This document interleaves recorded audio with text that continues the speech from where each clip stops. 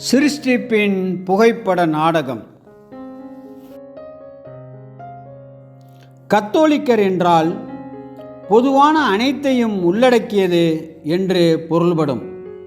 இந்த பெயரை பரலோகத்தில் பேரெழுதியிருக்கிற முதற் பேரானவர்களின் சர்வ சங்கமாகிய சபையை தவிர வேறெந்த சபைக்கும் சரியாக பொருத்த முடியாது.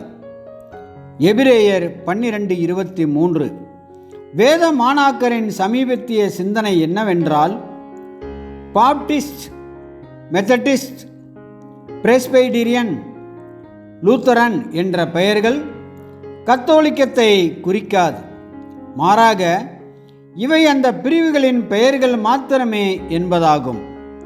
அதேபோல் church of England, church of Germany, கிரேக்க சர்ச், சர்ச் ஆஃப் ரோம் போன்ற பெயர்கள் அந்தந்த பிரிவு பெயர்களே அன்றி கத்தோலிக்கர் என்னும் வார்த்தைக்குரியவையாக சொல்ல முடியாது. சபையின் போராளி என்கிற பதமானது சபை யுத்தத்தில் இருக்கிறது என்பதை குறிக்கிறது. ஆனால் இதனை தவறாக புரிந்து கொண்டு தேசங்களுக்கு எதிராக அல்லது தேசங்கள் வழியாக மத பேதங்களுக்கு எதிராக சபையானது சாவுக்கேதுவான ஆயுதங்களை கொண்டு யுத்தம் பல செய்தது. இம்மாதிரியான போராட்டத்தில் ஈடுபடும்படிக்கு சபைக்கு எந்தவித தெய்வீக கட்டளையும் கொடுக்கப்படவில்லை.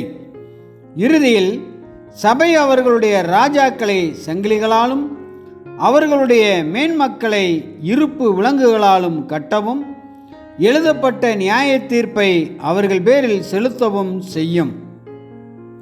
இந்த கணம் அவருடைய பரிசுத்தவான்கள் யாவருக்கும் உண்டாகும். இறுதியில் மகிமைப்படுத்தப்படும் போது கிறிஸ்துவுடன் அவருடைய சிங்காசனத்தில் அமர்ந்து தேசங்கள் மீது ஆளுகை செலுத்துவதும் குயவனின் மண்பாண்டங்களைப் போல அவர்களை நொறுக்குவதும் சபைக்குரிய பணியாக இருக்கும். வெளிப்படுத்துதல் 2:27. ஆனால் இவை அனைத்தும் சபை முதலாம் உயிர்த்தெழுதலை அடைந்த பிறகு கணம், மகிமை, அழியாமை எனும் பரலோக சுதந்திரத்திற்குள் பிரவேசித்திருக்கும் போதே சம்பவிக்கும். தற்காலத்தில் திருச்சபையின் போரானது விசுவாசத்தின் நல்ல போராட்டத்தை போராடுவதற்காகவே உள்ளது. இது தன்னை அர்ப்பணித்து கொண்ட சபை அங்கத்தினரின் தனிப்பட்ட போராட்டமாகும். இதில் அவர் தனது நிலைப்பாட்டில் உறுதியாய் நிற்க வேண்டும்.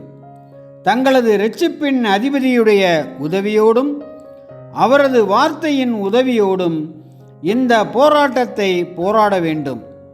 இதில் சகோதரர் ஒருவருக்கொருவர் பெரிதும் உதவி செய்து கொண்டு மகா பரிசுத்தமான விசுவாசத்தில் ஒருவரையொருவர் கட்டி எழுப்பவும் வேண்டும்.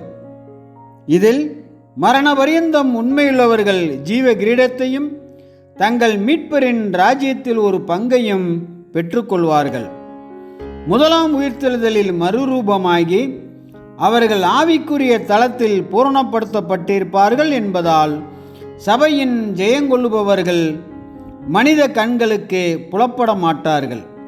பரிசுத்த பவுல் அறிவித்தபடி நாம் எல்லாரும் மறுரூபமாக்கப்படுவோம். ஏனெனில் மாம்சமும் இரத்தமும் தேவனுடைய ராஜ்யத்தை சுதந்திரிக்க மாட்டாது. இந்த ராஜ்யமானது ஆபிரகாம், ஈசாக்கு, யாக்கோபு மற்றும் எல்லா தீர்க்கதரிசிகள் போன்ற முற்பிதாக்களாகிய பூமிக்குரிய பிரதிநிதிகள் மூலமாக செயல்படும். ஆமென்.